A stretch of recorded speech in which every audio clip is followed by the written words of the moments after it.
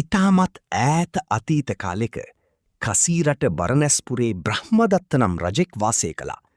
ඒ කාලේ බෝධිසත්වයෝ ගැල් වෙළඳාම් කරන පවුලක උපන්නා. ඉතින් ඔහු තරුණ වුණාට පස්සේ ඒ ගැල් වෙළඳාම් කටයුතු සරුවට කළා. දවසක් බෝධිසත්වයෝ 500ක් වූ තම ගැල් පිරිවරගෙන වෙළඳාමට පිටත් වුණා. මේ වතාවේ ගියේ කාන්තාර ප්‍රදේශය හරහායි. සැටයොදුනක ප්‍රමාණයේ දුරක් මහා වාලුකා කාන්තාරය තරණය කරන්න ඕන. ඒ කාන්තාරයේ වැල්ල ගොඩාක් සියුම්. අතින් මිටක් ගත්තොත් ඇඟිලි අස්සින් රූරා හැලෙනවා. හිරු මුදුන් වූ වෙලාවට කියන්න බැරි තරම් රස්නි.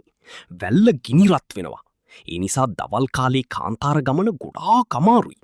රාත්‍රියට තරු එළියෙන් යා යුතු දිශාව සොයාගෙන ගමන් කරනවා. හිරු උදා වෙද්දි ගැල් පිරිවර රවුමට ගාල් කරනවා. මැද්දි මණ්ඩපයක් ගහනවා. කෑම්බීම් සපයාගෙන විවේක ගන්නවා.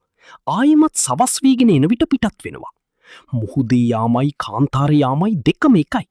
මග පෙන්වන්නාගේ අතේ තමයි වැඩේ තියෙන්නේ.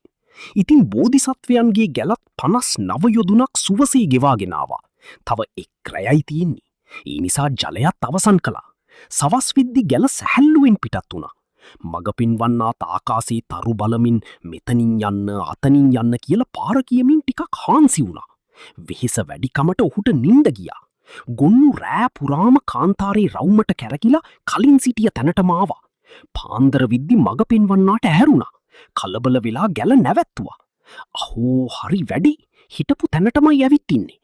මිනිස්සු කෑ ගහන්න පටන් ගත්තා. අයියෝ වතුර බින්දුවක්වත් නැහැ. අපිට පිපාසී මැරෙන්නයි වෙන්නේ. අයියෝ හරි විපතක් නොවේ අපට උනේ. බෝධිසත්වයෝ සිත කලබල කරගatti නැහැ. කාටවත් කෑ ගසුවෙත් නැහැ. මේ විපතින් බේරෙන්නේ කොහොමද කියලා කල්පනා කරමින් සිටියා. වටපිටාවේ හොඳින් නැවිදලා බැලුවා. ඈතින් කුසතන පඳුරක් දැක්කා. මේ මහා වැලි කතරේ කුසතන පඳුරක් තියනවා කියන්නේ විශේෂ දෙයක්. යටින් දියපාරක් යන්න ඉඩ තියෙනවා. ඉතින් ඔහු සිය පිරිවර ඇමතුවා. මිත්‍රවරුනි, මේ අවස්ථාවේ අපි වීරිය අත්හැරගන්න එක නරකයි.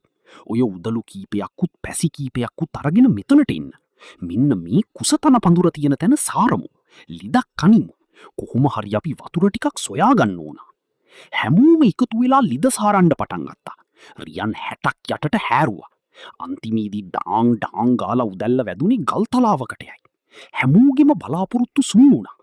අයියෝ අපි ඉවරයි කියලා හති දාගෙන ඇද වැටුණා. වීරිය අත්හැරියා. බෝධිසත්වයෝ කලබල වුණේ නැහැ.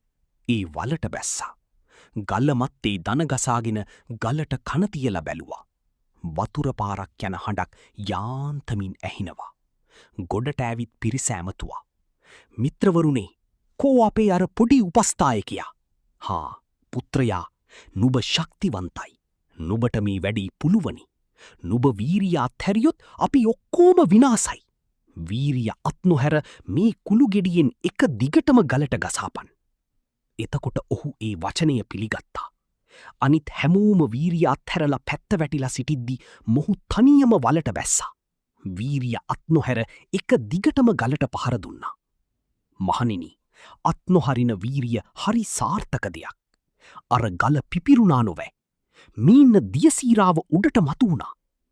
හරි පුත්‍රයා, තව හයියෙන් ගසාපන්. ඔය ගල බිඳෙන්නට ගසාපන් කියලා බෝධිසත්වයෝ කෑ ගහලා කිව්වා. එතකොට ඔහු තවත් වේගයෙන් පහර දුන්නා. ගල බිඳුණා.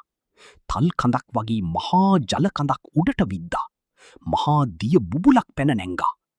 වැටී සිටිය හැමෝම නැගිට්ටා. ප්‍රීතියෙන් ඔල්වරසන් දුන්නා. ලිඳ වටේ නටනටා ගියා. අර පුරුෂයා උඩට ආපු ගමන් වඩාගත්තා. මුහුණ සිපගත්තා. හැමෝටම සතුටුයි. ඇති පදමට වතුර නෑවා. ගවයන්ට හොඳට වතුර පොවා ගත්තා. එතන කොඩියකුත් එසෙව්වා. සවස් විද්දි සුවසේ පිටත් වෙලා පසුවදා විද්දි කාන්තාරය තරණය කළා.